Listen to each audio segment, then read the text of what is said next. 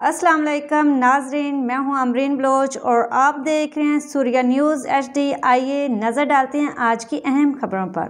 نواب شاہ انور عادل Khanzada deputy commissioner شہید بے نظیر آباد کے عمل نظام کی زیر صدارت ضلع میں عید الاضحیٰ کے موقع پر صفائی کی صورتحال کو بہتر بنانے اور قربانی کے جانوروں کی لائشیں تلف کرنے اور دیگر کچرے کو فوری طور پر ٹھکانے لگانے کے سلسلے میں ایک اجلاس آج ان کے دفتر میں منعقد ہوا۔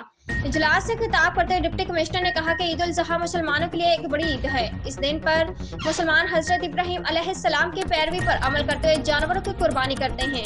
اس سلسلے میں عید قربان پر شہریوں کی جانب سے کی جانے والی قربانی کے بعد جانوروں کی علائشوں کے باعث پھیلنے والی بدبو سے بچانے کے لیے میونسپل اور ٹاؤن افسران قربانی کے جانوروں کی علائشوں کو فوری طور پر شہر سے باہر مناسب جگہ پر منتقل کرنے اور صفائی ستھرائی کے انتظامات کو یقینی بنانے کے لیے ہر ممکن اقدامات کریں۔ ڈپٹی کمشنر نے میونسپل اور تمام ٹاؤن افسران کو مزید ہدایات دیتے کہا کہ میونسپل اور ٹاؤن کمیٹیز میں کنٹرول روم قائم کر کے فوکل پرسن مقرر کیے جائیں، جبکہ وارڈ سطح پر کانٹینجنٹ پلان تیار کیا جائے۔ ڈپٹی کمشنر نے محکمہ لوکل گورنمنٹ کے افسران کو ہدایات دیتے کہا کہ شہریوں کی جانب سے جانور کے علائشیں نکاسی آب کے نالیوں میں ڈالنے پر ان کے خلاف سخت قانونی کارروائی کی جائے۔ آج کے لیے اتنا ہی، مزید دیکھتے رہیے سوریہ نیوز HD۔